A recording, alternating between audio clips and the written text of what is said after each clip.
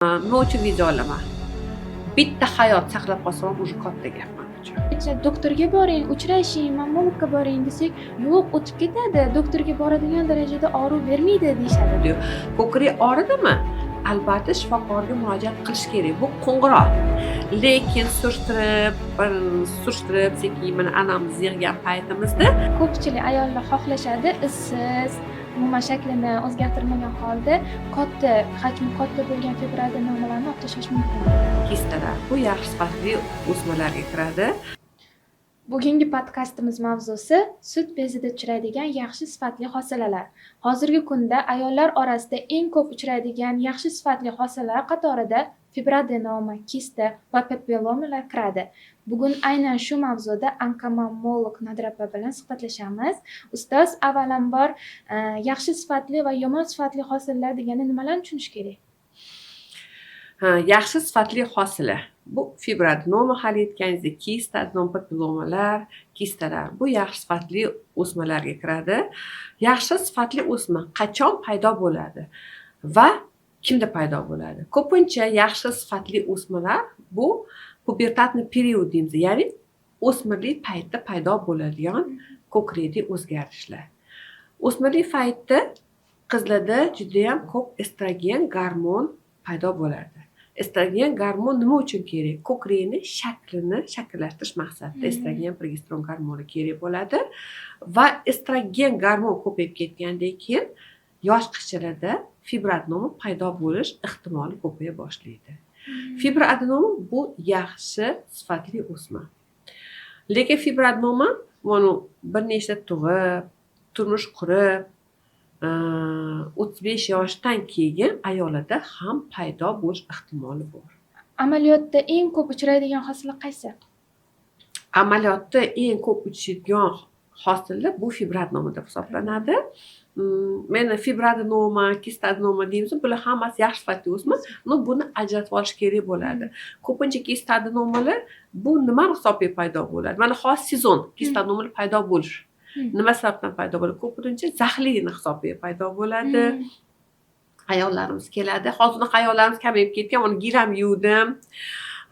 Oyog'im zaxda qolib ketdi, oyna yuvdim va tuguncha paydo bo'ldi ertasi kunga deb mana shunaqa shikoyatlar bilan keladigan ayollar sezon endi boshlanadi. Chunki oyna yuvasiz, gilam yuvasiz, kun isiydi, oyog'ingiz zaxda qolib ketadi va shu sababdan kistalar paydo bo'lish ehtimoli ko'payadi. O'zi asli ko'krakda kistalar nimani hisobiga paydo bo'ladi? Bu gormonal o'zgarish. Mana bir xil keladi, ultratovush tekshiruvdan o'tib kelgandan keyin, "Voy doktor, ko'kragim bezovta qilmaydi, lekin juda mayda kistalar paydo bo'lgan ekan. Bu xavflimi?" degan savol berishadi. Mayda kistalar bu xavfli emas. Ko'pincha mayda kistalar nima hisobiga paydo bo'ladi? Ayol kishi emizadi. Emizgandan keyin sut yo'li o'zi choch tolasi ingichka struktura bo'ladi. Sut yo'li kengaygandan keyin bo'shliq paydo bo'ladi. Bo'shliq hech qachon turmaydi. Bu fizik qonuni. Bo'shliq yo havo bilan to'lish kerak bo'ladi yoki suyuqlik bilan to'lish kerak bo'ladi va o'sha hisobiga mayda kistalar paydo bo'ladi. Ya'ni sut yo'lida ochilgan hisobiga bo'shliq paydo bo'ladi va shu bo'shliq suyuqlik bilan to'lib qoladi. Mayda kistalar hech kimni hayotiga xavfligi yo'q, ko'nglingiz xotirjam bo'lsin. Mana bu ayollarga ham aytib o'taman, mayda kistalar xavfli emas, lekin uni davolash kerak bo'ladi. Keyin ko'p eshitamiz ayollarda shu qo'ltiq ostidan ko'krakgacha bo'lgan sohani o'sha joyida simillab og'rib turadi deyishadi-da. Buni aytsa doktorga boring, uchrashing, mammologga boring desak, yo'q, o'tib ketadi. Doktorga boradigan darajada og'riq bermaydi deyishadi-da. Shu ham fibroadenoma, kista yaxshi o'smalarga kiradimi? Shu og'riq sabablari ham. Endi mana og'riq bo'lish sababi juda ham ko'p sabab bo'lishi mumkin singlim. Nimani hisobiga paydo bo'ladi? Masalan, hayzdan oldin deymiz, paydo bo'ladigan og'riqlar bu sut bezini va umuman organizmda gormon o'zgarishi hisobiga paydo bo'ladigan og'riqlar. Nima hisobiga paydo bo'ladi? Hayzdan oldin ayollarda progesteron fazi boshlanadi. O'sha payt progesteron gormon ko'paya boshlaydi organizmda. Ba'zi bir ayollarda progesteron gormon, estrogen gormon ko'payib ketadi. Estrogen gormon suyuqlikni ushlab qoladi organizmda. Suyuqlik ushlangandan keyin shu ko'krak sut bezlarini atrofidagi sut bezlarini межкиневая жидкость deyiladi. Mana to'qima orali suyuqlik ko'paygandan keyin infiltratsiya hisobiga ozgina og'riq bo'lishi mumkin. Tushunarli. Bu siklический o'zgarishlar bo'ladi. Hayz o'tib ketgandan keyin bu og'riqlar ham o'tib ketadi. Bir xil aytadi, hammada yo'q, hayzdan oldin og'riqlar hammada yo'q. Ko'krak og'ridimi? Albatta shifokorga murojaat qilish kerak. Bu qo'ng'iroq. Mana звонок deymiz-ku, звоночек, ya'ni qo'ng'iroq. Shu borib shifokori ko'rikdan o'tish kerak, ultratovush tekshiruvdan o'tish kerak, mammografiya tekshiruvdan o'tish kerak va mana shu tekshiruvdan o'tgandan keyin qo'yningiz ham xotirjam bo'ladi. Ba'zi bir ayollarimiz borki, 6 oyda albatta keladi. Nodira opa, ko'kragim og'rimayapti, lekin sizni ko'rsam, sizni tekshiruvingizdan o'tsam, qo'ynim xotirjam bo'ladi. Mana shu qo'yin xotirjamligi ham, ko'ngil xotirjamligida ham gap ko'p-da. To'g'ri. Ustoz, stress gormonlar o'zgarishi yoki nasliy omilning bu hosillarga ta'siri bormi? Hajjaxon, mana men hozir stress to'g'risida gapirib o'taman. Stress ko'pincha sut bezi saratoni, sut bezidagi o'zgarishlar bu stressga juda ham bog'liq. Ba'zi bir ayollar nima sababdan paydo bo'ldi deb so'raydi. Men stress bo'ldimi sizni hayotingizda qanaqa nojo'ya hodisa bo'ldimi deb so'raganda shuni eslab gapirib berishadi. Пусковой mexanizm deymiz. Shu o'z aslida har kuni har bitta insonda kerak emas immunizatsiyaga uchragan hujayra paydo bo'ladi, lekin immunitet bu hujayra parchalab yo'q bo'ladi. Qaysi momentda immunitet ishlamagan paytda immun stress hisobiga bo'ladi, o'sha nojo'ya qanaqadir hodisani hisobiga bo'ladi. Stress deymiz. Mana shu nojo'ya hodisada stress. O'shani hisobiga hali immun sistema ishlamay qoladi. Mana shu immunizatsiyaga uchragan to'qima, immunizatsiyaga uchragan hujayra aylanib qanaqa nozik joyda to'xtash ehtimoli bor. Naslga bog'liqmi deb so'radingiz? Albatta naslga bog'liq. Mana ba'zi birlar aytadi, ko'kragim nimaga onamda katta, o'zimda kichkina deb so'rashadi. Bu ko'krakni shakllanishi ham bu nasl.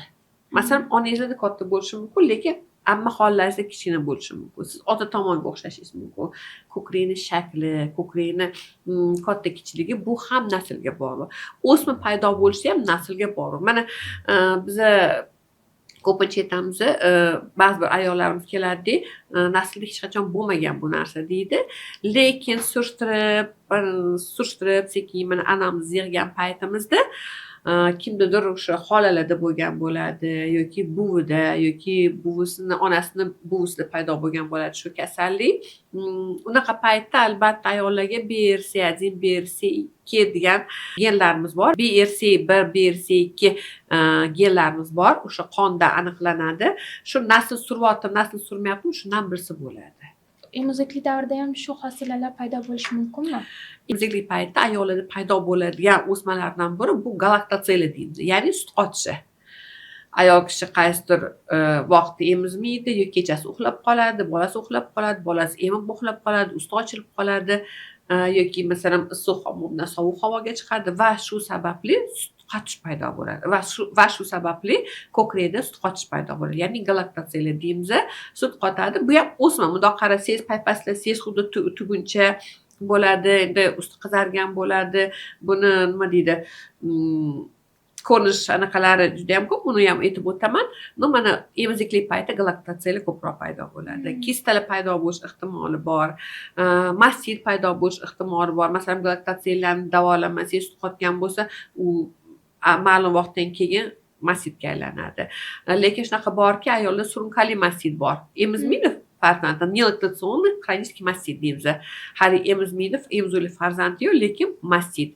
Uni albatta davolash kerak. Uni masalan dori-darmonlar agarda necha yilma ketmaydigan bo'lsa, albatta xirurgiya davo qilish kerak bo'ladi. Chunki surunkali mastit bora-bora qotib, qo'pol o'zgarishga ham olib kelish ehtimoli bor. Tushunarli. Ustoz, ba'zilar aytishadi, fibroadenoma yoki umuman hosilalar paydo bo'lganda 2 qavat bo'lsa, bola tug'sa o'tib ketadi deyishadi-da. So'rilib ketadi deyishadi. Shunga ishonadi odamlar. Shu haqida ham ozgina. Bu xalqimizda juda nima deydi, keng tarqagan versiya deymizmi, keng tarqagan fikr deymizmi, bor shunaqa. Lekin mana aytib o'tmoqchiman, agar fibroadenoma mayda bo'lsa, uni nazorat qilamiz. Fibroadenoma paypaslar 1 santimetrdan, 1,5 santimetrdan ziyod bo'lsa, uni albatta olish kerak bo'ladi. Chunki iqatli davrda ham gormonal o'zgarish deymiz. Ayol kishi iqat bo'lgandan keyin butun organizm shu bolani katta qilishga harakat qiladi. O'sha vaqtda bola o'zi mana bachadonni ichida emas, yo'ldoshda katta bo'ladi. Yo'ldosh mana shu bachadonga ventilyatsiya qilib, repepitsiya qilish uchun juda ham estrogen, progesteron gormoni ko'p kerak bo'ladi. A ko'krikda sut bezida estrogen va progesteron gormon retseptorlari ko'p bo'ladi. O'ziga как бы jalb qiladi. Shu hisobiga mayda fibroadenoma ham katta fibroadenomaga aylanib, bora agar davolanmasa, vaqtida doktorga ko'rinmasa, ya'ni operatsiya qilinmasa, fibroadenoma sut bez saratoniga o'tib ketish ham ehtimoli bor. Bizga ham mana bir xil aytadi, doktor, men fibroadenoma paypaslanyapti, UZDda chiqdi, mamografiyada chiqdi, analizlar hammasi yaxshi sifatli o'sma to'g'risida bizga подтверждение beryapti, lekin bitta narsa aytib o'tmoqchiman, ba'zi bir ayollar yo'q, men doktor qo'rqaman, men yura tursam bo'ladimi deb so'rashadi. Hech qaysi doktor sizga aytib bera olmaydi, qachon bu yaxshi sifatli o'sma, yomon sifatli o'smaga o'tib ketish. Bu granitsani, bu chegarani hech kim bilmaydi. Agarda biz bilsangiz, aytardik, mayli 1-2 yil yura tur, 2 yildan keyin albatta o'shanda o'tib ketasan-da. Bu chegarani hech kim bilmaydi. Ma'lum vaqtdan keyin saratonga o'tib ketish ehtimoli bor. Balkim вообще umrbod o'tib ketmasligi ham mumkin. Fibroadenoma sut bez saratoniga 3-4% ayollarda o'tib ketadi. Biz ham bilmaymiz, san o'sha 3-4% ayollar kirasizmi, kirmaysizmi. O'shaning uchun biz tavsiya etamizki, yaxshi sifatli o'sma bo'lsa ham buni oldirib tashlash kerak bo'ladi. Mana siz plastik xirurgsiz, ustoz. Savolim shunaqa, ko'pchilik ayollar xohlashadi, izsiz, umuman shaklini o'zgartirmagan holda hajmi katta bo'lgan fibroadenomalarni olib tashlash mumkinmi? Hajmi katta fibroadenomalarni agar areola sohasi yaqin bo'lsa-da, biz ko'pincha o'sha areola sohasidan kesim o'tkazib, o'sha fibroadenomalarni olib tashlaymiz. O'shanda hech qanaqa iz bo'lmaydi, bilinmaydi. Keyin mana ayollarimiz kelib aytadi, fibroadenoma ekan, bu lazerni olsa bo'ladimi deb savol berishadi. Lazer aslida qachon qilinadi? Pochkada, ya'ni buyrakda toshli bo'lsa, u lazer bilan maydalanadi va sido yo'li orqali organizmga yo'l bo'lib, sido orqali chiqib ketadi. Fibroadenomani hech qanaqa lazer bilan maydalab bo'lmaydi.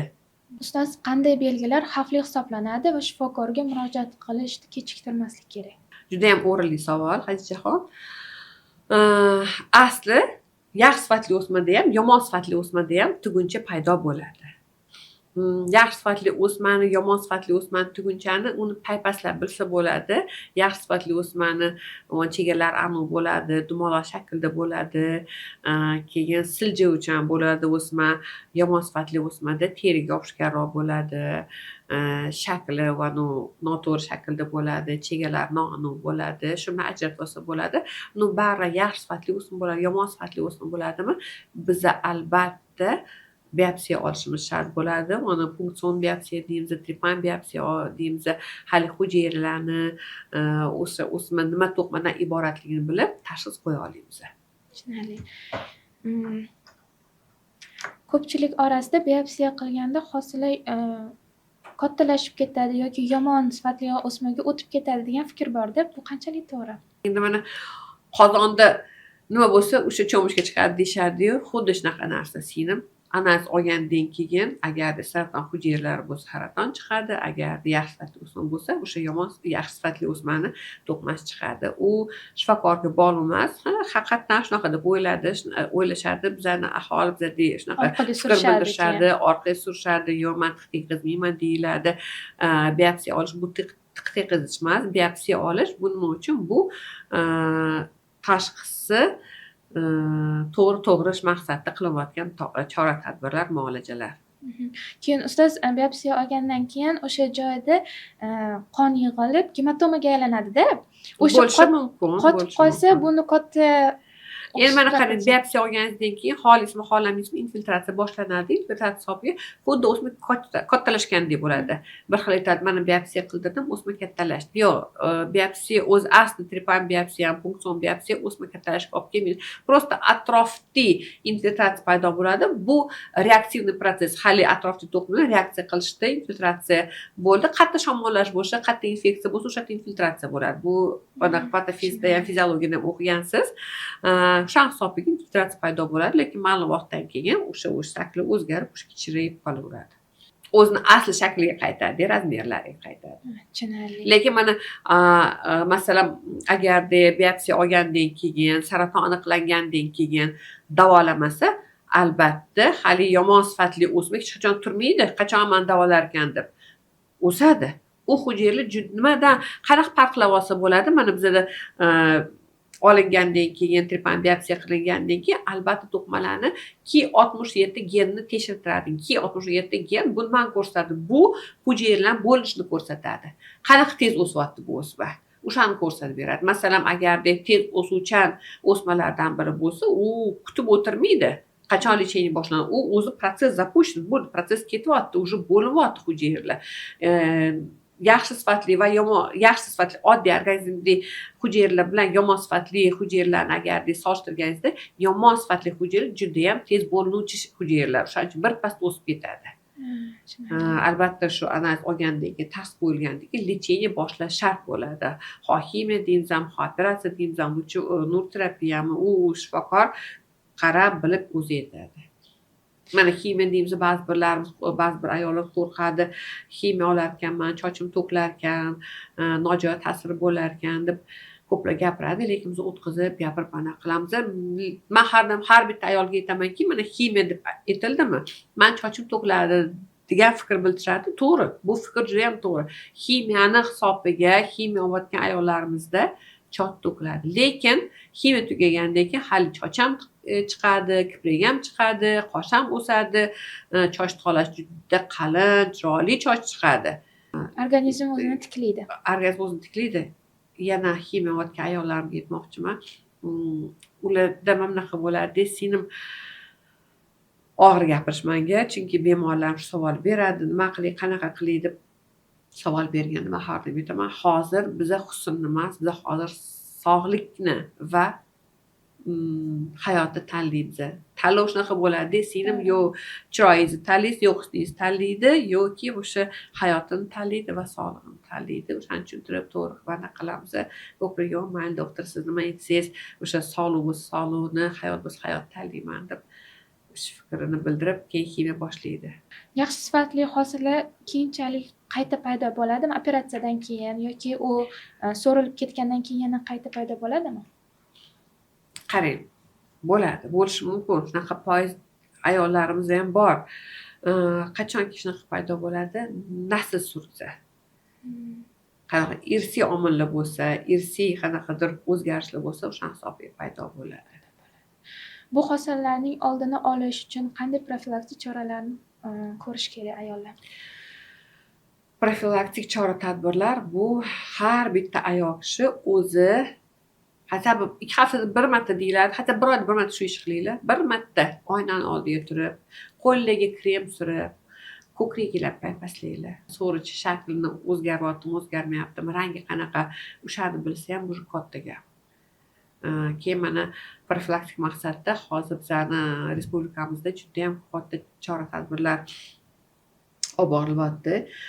Bizani respublikamizda har bitta viloyatga, nechta viloyat bo'lsa, har bitta viloyatga mobil mammograflar olingan. Bu nima mobil mammograf?